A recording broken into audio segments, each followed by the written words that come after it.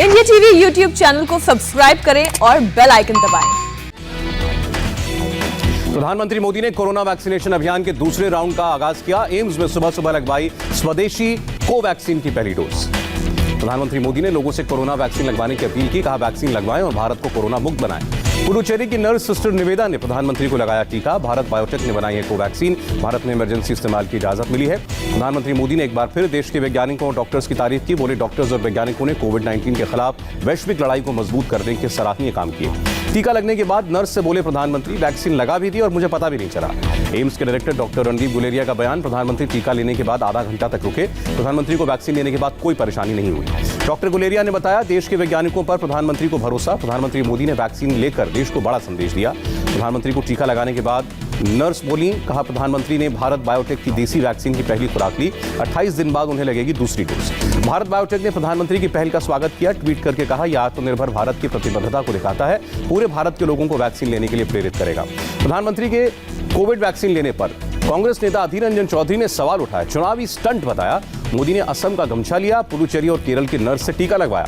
अधीर रंजन चौधरी ने वैक्सीन लगवाने की टाइमिंग को राज्यों के चुनाव से जोड़ा। कहा, लगता है वैक्सीनेशन पर चुनाव हावी है। अगर उनके एक हाथ में ऋषि अरविंद की तस्वीर और दूसरे में गीतांजलि होती तो 5 राज्य शामिल हो जाते। कांग्रेस नेता मल्लिकार्जुन खड़गे ने वैक्सीन को लेकर अजीबोगरीब बयान दिया। बोले, 70 साल से ज्यादा लोगों को वैक्सीन की जरूरत नहीं है। प्रधानमंत्री के वैक्सीनेशन पर राजनीति न करने की सलाह दी। कोरोना वैक्सीन कोविशील्ड पर असदुद्दीन ओवैसी ने सवाल उठाया। कहा, 64 साल से ऊपर के लोगों पर कोविशील्ड कारगर नहीं है। वैक्सीन पर भ्रम को दूर करे भारत सरकार। ओवैसी बोले, कोविशील्ड 18 से 64 साल तक के लोगों के लिए ही अच्छी। कोरोना से बचने के लिए सबको वैक्सीन लेना जरूरी है। रविशंकर प्रसाद ने प्रधानमंत्री मोदी की तारीफ की। बोले, मोदी सिर्फ भाषण नहीं देते, जनसेवक बनकर दिखाते हैं। टीका लगवाकर विपक्ष को जवाब दिया। रविशंकर प्रसाद ने विपक्ष पर निशाना लगाया। कहा, जो कह रहे थे बीजेपी की वैक्सीन है, वो अपने गिरेबान में झांकें। पूरी दुनिया में लोग मेड इन इंडिया वैक्सीन लगवा रहे हैं। केंद्रीय मंत्री गिरिराज सिंह ने वैक्सीन लगवाने पर प्रधानमंत्री मोदी की तारीफ की। ट्वीट करके कहा, नेता वही जो संकट के समय राह दिखाए। प्रधानमंत्री ने लाखों भारतीयों को वैक्सीन लगवाने की प्रेरणा दी। केंद्रीय मंत्री किरण रिजिजू ने भी किया ट्वीट। लिखा, जो वो लीडर हैं जो रास्ता दिखाता है। प्रधानमंत्री के वैक्सीन लगवाने पर बोले संबित पात्रा, ये विश्वास पैदा करने वाली तस्वीर है। हरियाणा के स्वास्थ्य मंत्री अनिल विज ने प्रधानमंत्री को देश का सच्चा नायक बताया। कहा, हमेशा आगे बढ़कर देश को रास्ता दिखाया। लोगों में किसी तरह का भ्रम न हो, इसके लिए सबसे पहले वैक्सीन लगवाई। शिवसेना के सांसद संजय राउत ने प्रधानमंत्री मोदी के कोरोना टीका लगवाने को अच्छी पहल बताया। कहा, देश की जनता का भरोसा टीकाकरण को लेकर मजबूत होगा। प्रधानमंत्री के कोरोना वैक्सीन लगवाने पर बोले कार्ति चिदम्बरम, आम जनता में भरोसा बढ़ेगा। बिहार में आज से विधायकों मंत्रियों का वैक्सीनेशन शुरू हुआ। मुख्यमंत्री नीतीश कुमार ने अपने 70वें जन्मदिन पर कोरोना का टीका लगवाया। पटना के IGIMS में लगा टीका। नीतीश सरकार ने पूरा किया चुनावी वादा। बिहार में फ्री लगेगी वैक्सीन। नीतीश कुमार ने कहा, प्राइवेट अस्पतालों में भी मुफ्त वैक्सीनेशन का काम करेगी सरकार। बिहार में विपक्ष के विधायकों ने कोरोना वैक्सीन पर फिर भ्रम फैलाया। आरजेडी विधायक भाई वीरेंद्र ने टीका लगवाने से साफ इनकार किया। कहा, सरकार से वैक्सीनेशन के साइड इफेक्ट्स पर सफाई मांगेंगे। ओडिशा के मुख्यमंत्री नवीन पटनायक ने ली कोरोना वैक्सीन की पहली डोज। राज्य में टीकाकरण अभियान के दूसरे चरण की शुरुआत। कोरोना वैक्सीनेशन का दूसरा चरण आज से शुरू हुआ। 60 साल से ज्यादा उम्र के बुजुर्ग और बीमारियों से पीड़ित 45 साल या उससे अधिक उम्र के लोग वैक्सीन लगवा सकते हैं। कोरोना वैक्सीन के लिए 3 तरह के रजिस्ट्रेशन होंगे। cowin.gov.in पोर्टल और आरोग्य सेतु ऐप से ऑनलाइन पंजीकरण कराने का ऑप्शन। वैक्सीनेशन सेंटर पर जाकर भी आप रजिस्ट्रेशन करा सकते हैं। कोविन ऐप का इस्तेमाल सिर्फ वैक्सीनेशन स्टाफ कर सकेगा। दिल्ली में शुरू हुआ कोरोना वैक्सीनेशन का दूसरा राउंड। राजधानी में 192 अस्पतालों में लग रहे हैं कोरोना के टीके। दिल्ली के 136 प्राइवेट अस्पतालों में लगा सकते हैं कोरोना वैक्सीन। 56 सरकारी अस्पतालों में लगवा सकते हैं टीका। दिल्ली के स्वास्थ्य मंत्री सत्येंद्र जैन ने बताया। मुंबई के BKC हॉस्पिटल में वैक्सीनेशन शुरू। 60 साल से ज्यादा उम्र के लोगों को लगाई जा रही है वैक्सीन।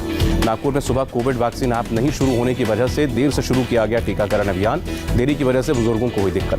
बेंगलुरु में भी कोरोना टीकाकरण अभियान के दूसरे फेज की शुरुआत। वैक्सीनेशन सेंटर पर टीका लगवाने पहुंच रहे हैं लोग। अहमदाबाद में कोविड वैक्सीनेशन सेंटर पर लग रहे हैं टीके। वैक्सीनेशन के लिए पहुंचे बुजुर्ग। यूपी में कोरोना वैक्सीनेशन का दूसरा चरण शुरू। राज्य के टीकाकरण के लिए बने 225 केंद्र। हर जिले में 3 सेंटर। लखनऊ में 4 अस्पतालों में लगाई जा रही है वैक्सीन। 60 साल से ज्यादा उम्र और 45 साल से ऊपर के बीमारी पीड़ित लोगों का टीकाकरण। लखनऊ में मुख्यमंत्री योगी आदित्यनाथ ने टीकाकरण अभियान का जायजा लिया। श्यामा प्रसाद मुखर्जी हॉस्पिटल पहुंचकर औचक निरीक्षण किया। भोपाल में 186 सेंटर्स पर कोरोना वैक्सीनेशन का दूसरा राउंड जारी। 51 जिलों में जारी है अभियान। 84 सिविल हॉस्पिटल और 13 मेडिकल कॉलेजेस में लग रहे हैं टीके। देश में एक दिन में फिर कोरोना के 15,510 पॉजिटिव मामले। 24 घंटे में 106 मौतें। देश में पिछले 24 घंटे में 11,000 से ज्यादा मरीजों ने इस महामारी को मात दी। अब भी 1,68,000 से ज्यादा एक्टिव केस। महाराष्ट्र में लगातार 5वें दिन 8,000 से ज्यादा मामले आए। 24 घंटे में 62 मौतें। महाराष्ट्र में कोरोना गाइडलाइंस को लेकर शिवसेना और एमएनएस आमने सामने। एमएनएस नेता ने डिस्को पब की वीडियो के जरिए उद्धव और आदित्य पर तंज कसा। पूछा, क्या वर्ली में कोरोना नहीं है? डिस्को पब की वीडियो में बड़ी संख्या में डांस करते दिखे लोग, न सोशल डिस्टेंसिंग न मास्क लगाए नजर आए। आदित्य ठाकरे के विधानसभा क्षेत्र में है ये पब। यूपी में करीब 11 महीने बाद खुले प्राइमरी स्कूल। गोरखपुर में स्कूल में बच्चों को यूनिफॉर्म के साथ मास्क भी दिया गया।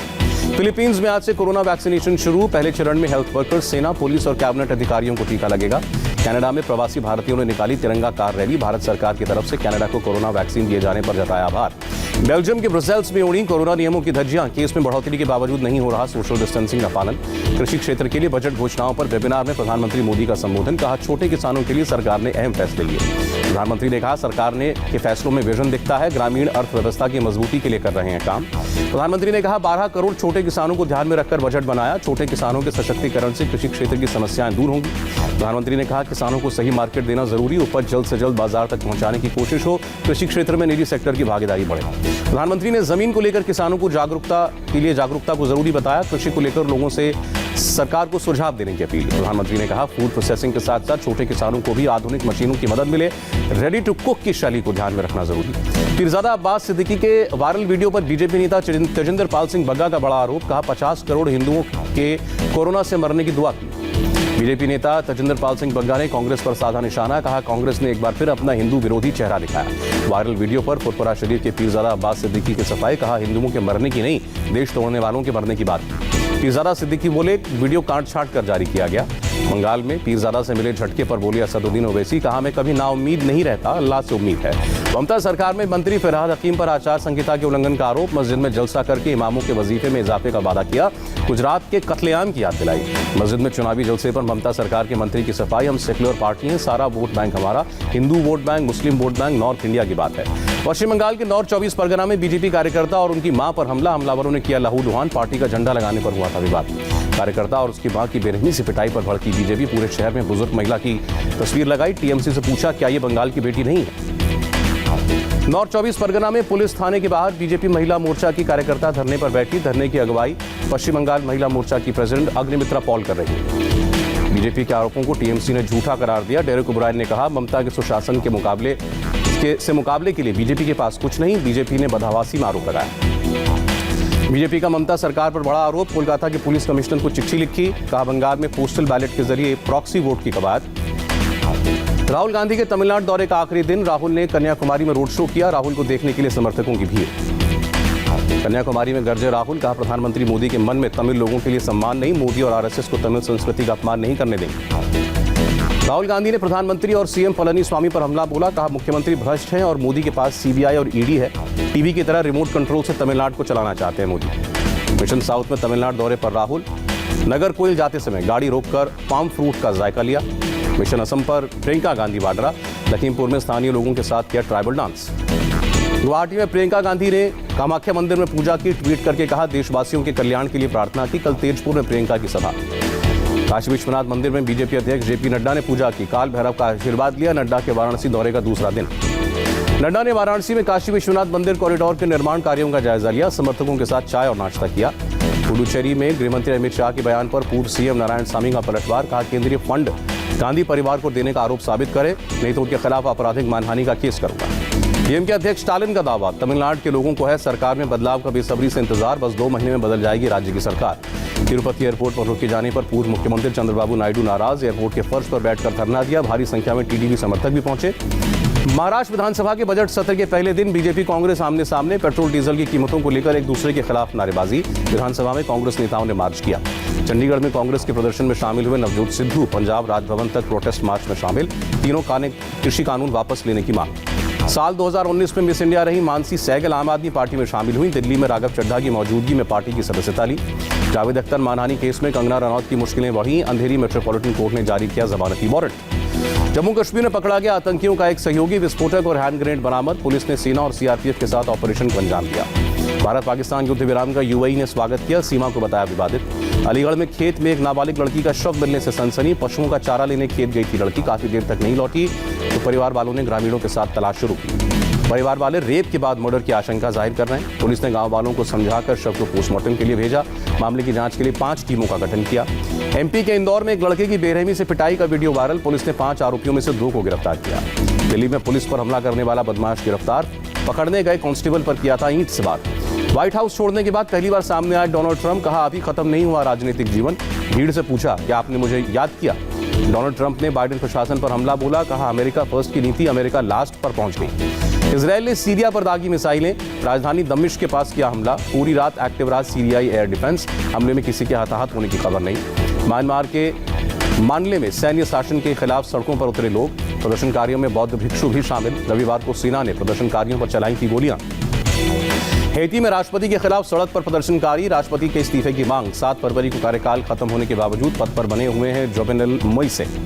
भारत इंग्लैंड के बीच चौथे टेस्ट मैच में हो सकते हैं बड़े परिवर्तन। बुमराह और सुंदर को रिप्लेस कर सकते हैं उमेश और कुलदीप। आखिरी टेस्ट की तैयारी में जुटी टीम इंडिया। अहमदाबाद में मोदी स्टेडियम में जमकर बहाए पसीने। 4 मार्च से है test match.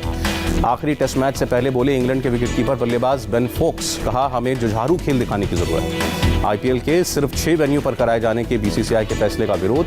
Rajasthan Royals, Punjab Kings और सनराइजर्स हैदराबाद ने जताई आपत्ति। बीसीसीआई के तय किए गए वेन्यू में अहमदाबाद भी शामिल। अहमदाबाद के किसी भी ग्राउंड का होम ग्राउंड नहीं होने पर ऐतराज। तेलंगाना के मंत्री केटी रामाराव ने आईपीएल को लेकर बीसीसीआई से की अपील। आईपीएल के वेन्यू में हैदराबाद को शामिल करने की मांग की। रोड सेफ्टी वर्ल्ड सीरीज में सचिन के साथ ओपनिंग करेंगे वीरेंद्र सहवाग। 5 मार्च से रायपुर में खेले जाने वाले टूर्नामेंट में लारा और पीटरसन समेत कई रिटायर्ड क्रिकेटर शिरकत करेंगे। और विजय हजारे ट्रॉफी के क्वार्टर फाइनल में पहुंची गुजरात। आंध्रा कर्नाटक की टीमें 8 और 9 मार्च को खेले जाएंगे क्वार्टर फाइनल। नमस्ते, मैं हूं मीनाक्षी जोशी। वीडियो और खबरों से अपडेट रहने के लिए India TV YouTube channel subscribe करें। बेल आइकन दबाना ना भूलें। जुड़े रहें इंडिया टीवी के साथ।